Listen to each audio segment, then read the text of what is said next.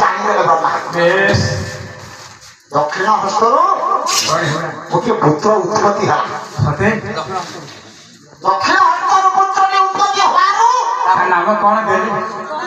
ତାର ନାମ ଦେଲେ ଦକ୍ଷ। ବଢିଆ ବଢିଆ ଦକ୍ଷ ହେଇଥିଲେ। ଆପଣ ଯାହାକୁ କୁହନ୍ତି ଦକ୍ଷ ପ୍ରଜାପତି। ହଁ ଦକ୍ଷ ପ୍ରଜାପତି। ଦକ୍ଷ ପ୍ରଜାପତି ହେଲେ ରାଜା। ରାଣୀ କି ହେଲା? ଆରେ ଆଜ୍ଞା ରାଜା ହେଲେ ହଁ ରାଣୀ କିଏ ଦରକାର? ରାଣୀ ନହେଲେ ହବ କି? କହିଲୁ କଣ କାହାର ଝିଅକୁ ସେ ବିବାହ ହେଲେ? ସେ ମନୁ ମହର୍ଷି କରୁଛୁ। ମନମୋହନ ସିଂଙ୍କର ଝିଅର ନାମ